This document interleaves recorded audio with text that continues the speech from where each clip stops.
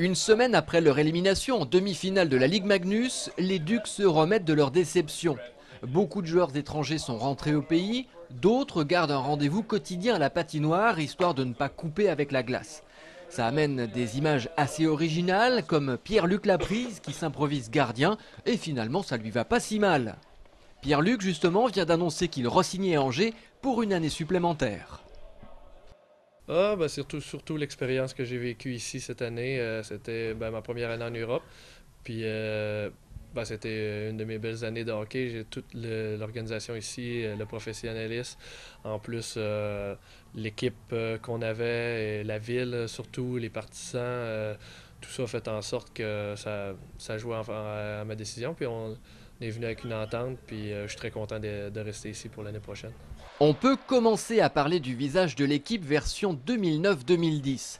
À ce jour, 3 joueurs ont re-signé. Pierre-Luc Laprise, pour 1 an, c'est le meilleur buteur de l'équipe. Éric Fortier pour 2 ans, 8e meilleur pointeur du championnat et l'un des joueurs qui compte le moins de pénalités avec seulement 22 minutes.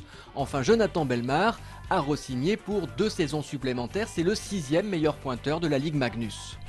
En face, 2 joueurs sont sûrs de ne pas repartir avec les Ducs. Yven Sadoun, d'un commun accord avec le club, il quitte les Ducs et met un terme à sa carrière en Magnus. Rodolphe Berthaud quitte également l'équipe. Voilà où on en est pour le moment. À terme, sur les 21 joueurs qui composent l'équipe, entre 5 et 7 devraient partir, contre 4 ou 5 arrivés. Michael Juret, le président du club, explique l'orientation de son recrutement, mené avec Heikki Laimé qui avait annoncé avant les playoffs qu'il prolongeait son contrat d'entraîneur. Alors on l'a vu cette année, je l'avais annoncé, je voulais vraiment une équipe qui fasse le spectacle, qui fasse le show. On a une équipe qui allait vraiment de l'avant avec 3 superbes lignes offensives. On va essayer de maintenir cet esprit vers l'avant tout en se renforçant en défense. On a pris presque 20 buts de plus que la saison passée, c'est un petit peu trop. Donc on va essayer d'apporter 1 ou 2 gros défenseurs, de se renforcer sur 1 ou 2 postes en défense pour pouvoir prétendre justement à accéder aux belles finales. Le club devrait annoncer plusieurs arrivées sous 15 jours. Il projette également de renforcer les liens avec des jeunes joueurs espoirs pour jouer les rôles de sparring-partner de l'équipe 1. Enfin, il reste à finaliser les autres re-signatures de joueurs avec quelques questions. Quelle position par rapport au gardien? Si Simon Lacroix devrait rester avec une logique de reconversion, qu'adviendra-t-il des joueurs plus expérimentés comme Martin Lacroix ou encore Jean-François Jaudoin? Les réponses sous peu. En attendant, un peu pour se faire mal, on va revivre le 5e match à Briançon. Seule satisfaction, les Ducs ont joué cette saison 3 demi-finales. Manque bien sûr une finale, mais ce sera l'objectif de la saison à venir.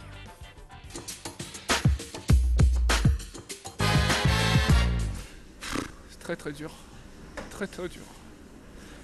Penser un match de hockey jamais fini. Une série est jamais terminée. On aura tout fait dans cette série. On aura perdu les 2 premiers, on aura gagné les 2 autres, on aura amené celui-là 3-0. Terminé. Des larmes s'écoulent dans un silence de cathédrale, c'est la fin de l'aventure pour les Ducs d'Angers. Les hockeyeurs angevins sont pourtant passés tout près de l'exploit.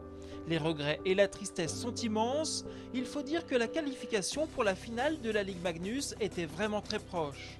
Retour sur ce match décisif contre les Diables Rouges de Briançon. Allez, c'est parti! Samedi soir à la patinoire de Briançon, c'est le champion sportif Luc Alphand qui donne le coup d'envoi du match. Dès le début de la partie, ce sont les Briançonnais qui font le jeu, mais les Ducs ne lâchent rien défensivement et vont même faire preuve d'un réalisme impressionnant. En un quart d'heure, les Ducs vont infliger à leur adversaire un cinglant 3-0 à faire grimacer Luc Alphand.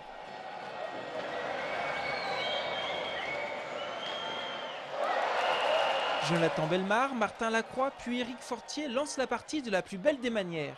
De quoi donner le sourire aux fans des joueurs qui ont fait le déplacement. C'est idéal pour l'instant, mais bon, faut faire attention, il reste 2 tiers encore, donc faut rester sur ses gardes, mais on y croit. Et justement, rester sur ses gardes, c'est ce que les Angevins ne vont pas réussir à faire lors du 2e tiers-temps. Ils vont se voir infliger à leur tour un 3-0. Briançon revient à 3 partout, mais la vingtaine de supporters angevins présents y croient encore. Dans le dernier tiers-temps, Briançon pousse et les Ducs finissent par craquer. À 12 minutes de la fin du match, les Briançonnais vont marquer un but qui va être fatal à l'équipe angevine. Les Diables Rouges vont finalement sceller leur victoire 5-3 et s'offrir une finale qu'ils joueront contre Grenoble. En revanche, pour les Angevins, c'est la triste fin d'une belle aventure. Quand tu joues un 5e match de play-off et que c'est 3-3 après 2 périodes, c'est certain que ça va jouer vraiment sur des petits détails. Puis écoute, je pense que la saison est terminée. Puis c'est certain qu'on on était à 2 petits doigts de la finale. On était presque rendu. C'est très, très décevant. Le coup est dur à prendre. On a quand même poussé la série à 5 matchs. On les a poussés jusqu'au bout. Donc on peut quand même sortir de là la tête haute. Et puis être quand même fier de ce qu'on a quand même accompli.